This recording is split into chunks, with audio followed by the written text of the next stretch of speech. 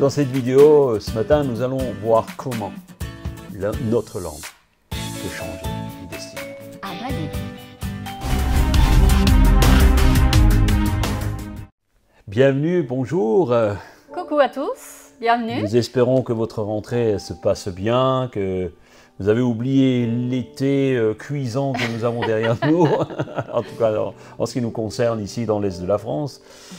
Nous voulons terminer cette série sur l'impact de nos mots dans la vie de tous les jours aujourd'hui et voir comment nos mots peuvent changer aussi notre destinée. Mais avant de commencer, abonnez-vous ou mettez-nous un petit pouce, de toute façon, qui va devenir tout bleu, comme les schtroumpfs. D'ailleurs, je me suis demandé si c'était des pouces de schtroumpfs. Non, sérieux, nous allons voir comment les enfants de Dieu peuvent changer leur destinée et celle de leur entourage à portée de la langue. Il est important d'être démonstratif et avec des mots appropriés. Savoir apprécier la famille que Dieu nous a donnée. Amen. Il est plus efficace de féliciter un enfant qui a fait du bien plutôt que de critiquer ses erreurs. Tout le temps le rabaisser. Voilà, alors il ne faut pas s'en priver. Par exemple, c'est important de souligner ses qualités, ses efforts. Cela va lui donner envie de continuer encore de progresser. Alors je sais, ce n'est pas naturel de remercier, de complimenter. Parfois, on me fait même le reproche. Certains me disent « Ouais, mais tu es tout le temps en train de complimenter. » Je crois qu'il... Et c'est gratuit. C'est gratuit. C'est gratuit. De toute façon, vous êtes beaux derrière vos écrans. Vous savez, je vous vois là. C'est vrai que ce n'est pas un exercice facile pour tout le monde. Il y a des gens qui ont beaucoup de mal, mais on vous encourage vraiment à essayer. Ouais, ça réjouit le cœur. Faites-le, essayez. Vous verrez, ça fait du bien à la personne qui reçoit. Mais même à vous. Et ça réjouit le cœur, oui. C'est vrai qu'on est plus souvent prompt à critiquer, à proférer des paroles négatives que des paroles positives. Alors si vous avez des paroles négatives contre quelqu'un, eh bien, il faut demander pardon, soit à la personne, si c'était un affront direct, ou soit au Seigneur, en toute humilité. Le Seigneur connaît toutes choses. Et si vous avez reçu des paroles négatives de la part de quelqu'un sur votre vie, il ne faut surtout pas vivre avec ces paroles en tant que victime. Vous n'avez pas à les subir, mais vous devez réagir. De la bonne manière, parce que cela impacte, risque d'impacter fortement votre destinée. Si vous restez dans une situation de victimisation, il faut se libérer de ces paroles et déclarer des paroles de libération.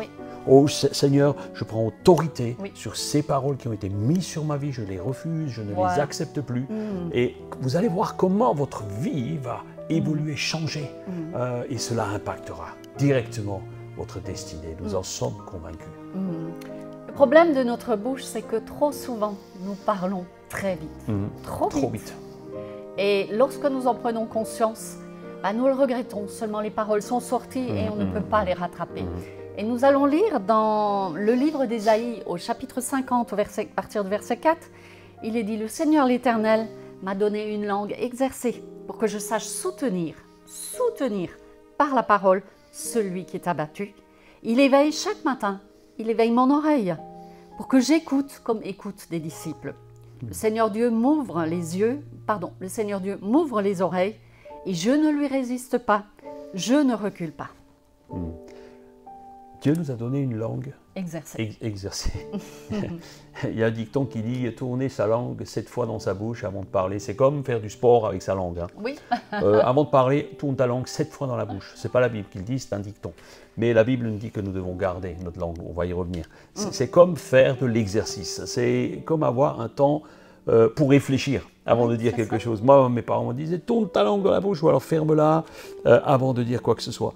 Mais c'est un exercice physique de ce muscle pour donner adroitement une parole.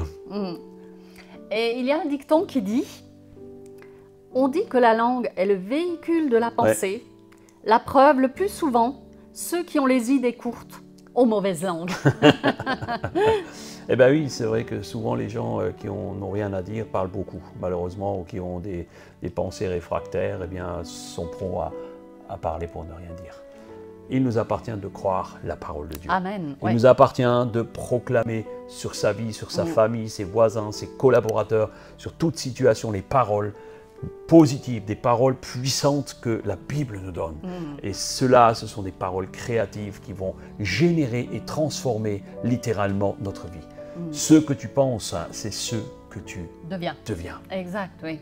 Il faut savoir qu'une parole négative va s'ancrer plus facilement dans notre esprit qu'une parole positive. Oui, c'est vrai. Et les psychologues disent que pour contrebalancer une parole négative, il faut plusieurs paroles positives. Waouh! Alors, je ne me rappelle plus du ratio, mais c'est énorme. Moi, il me semble que j'ai entendu 10 paroles positives pour effacer. C'est même plus. Les paroles sont des semences, et ce que vous semez, bien, si vous semez du blé, vous ne récolterez pas de maïs. Donc voilà, donc les paroles sont des semences. Ce que vous allez semer, vous allez produire ce fruit-là. Et bon, Jacques est toujours le spécialiste biblique de la langue, et nous aimons beaucoup ces versets. Donc Jacques, au chapitre 3, verset 6, il est dit « De même la langue est un petit membre, et elle se vante de grandes choses. Voici comment un petit feu peut embraser une grande forêt. La langue, elle est placée parmi tous nos membres, petite, mais pouvant malheureusement souiller tout le corps. Et toujours dans Jacques, au verset 8, il est dit « Mais la langue, aucun homme ne peut la dompter. C'est un mal qu'on ne peut réprimer. Elle est pleine d'un venin mortel. » Wow. Encore Jacques, à chaque verset que nous lisons dans ce chapitre, il n'est jamais tendre avec la langue. Et parfois, il dit ici, elle est pleine d'un venin mortel. Oui. Waouh. Je ne sais pas si vous avez déjà été piqué par un serpent, je ne vous le souhaite pas. Un venin mortel qui tue d'une manière parfois. Il y a certains serpents venimeux qui tuent de manière instantanée. Vous êtes mort dans la minute ou les 5 minutes qui suivent. Ou alors à petit feu. Il y a des venins qui sont terribles, qui vous étouffent, qui font gonfler, et tout d'un coup vous étouffez parce que ce venin se diffuse. Alors, est-ce que nous mesurons toujours la répercussion de nos paroles? Nous ne devons pas avoir deux langages. Celui de la bienséance qu'on pratique à l'église. « Oh mon frère, ma sœur, oh je t'aime, tu sais, et c'est une joie de te revoir. » Et en arrière-plan, c'est « Oh là là, encore cette andouille que je veux voir, oh là là. » Là, vous savez, c'est de l'ironie. C'est de l'ironie. Ou alors on est là et se dit « Oh là là, il me gonfle ou elle me gonfle, celle-là. » Donc, tu vois comment elle est encore habillée aujourd'hui, son chapeau. C'est terrible. Deux langages. Quand on a deux langages, c'est comme une langue fourchue, comme un serpent. Les langues des serpents sont coupées en deux, fourchues, pour piquer et envoyer le venin. Il doit y avoir une harmonie. Exactement. Entre ce que nous vivons à l'extérieur, par exemple le dimanche à l'église, et ce que nous vivons en dehors, c'est-à-dire aussi à la maison. Et c'est ça le signe d'un bon équilibre spirituel, d'une bonne santé spirituelle. Alors comment parlons-nous quand nous sommes dans nos maisons? Je vous invite à y réfléchir. Parole de vie ou de mort? Parole de destruction ou parole de destinée? Amen. En sachant que nous récoltons ce que nous semons. Quelle semence choisis-tu à partir d'aujourd'hui? Maintenant que tu sais ce dont nous avons parlé, quelle semence as-tu décidé de semer? Vous pouvez savoir où vous en êtes dans votre vie si vous semez les bonnes paroles. Oui, amen. C'est un bon baromètre. C'est un bon baromètre, rien qu'en vous écoutant parler. Oui, c'est ça. Et nous devons changer notre façon de parler. Et pour cela, nous avons d'abord besoin de changer notre manière de penser. Parce qu'il y a un lien direct entre notre pensée et nos paroles. D'ailleurs, nous pouvons le lire dans le livre aux Philippiens, au chapitre 4 et au verset 8. On vous invite à apprendre ce verset par cœur. Oui. Au reste, frères, que tout ce qui est vrai, que tout ce qui est honorable, tout ce qui est juste, tout ce qui est pur, tout ce qui est aimable, tout ce qui mérite l'approbation, ce qui est vertueux et digne de louange, quel programme soit l'objet de vos pensées. Quel programme? Voilà la recette. Premièrement, il faut que tu contrôles tes pensées. Oui. Et quand tu contrôles tes pensées, deuxièmement, tu changes tes émotions. Et troisièmement, quand les émotions sont changées, tes paroles, les paroles seront transformées. Changées. Oui. Alléluia. Et nous devons renouveler nos pensées par la parole de Dieu qui, elle, est la vérité. Nous pouvons lire dans Proverbe 13, verset 3.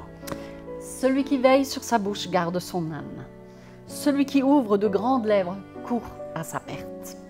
Eh oui.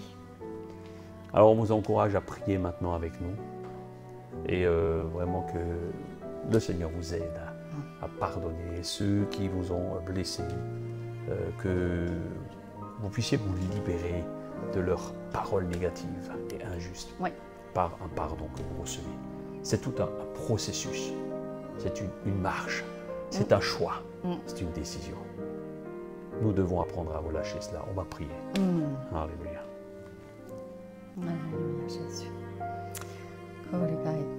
Seigneur, merci. Merci pour ton Saint-Esprit.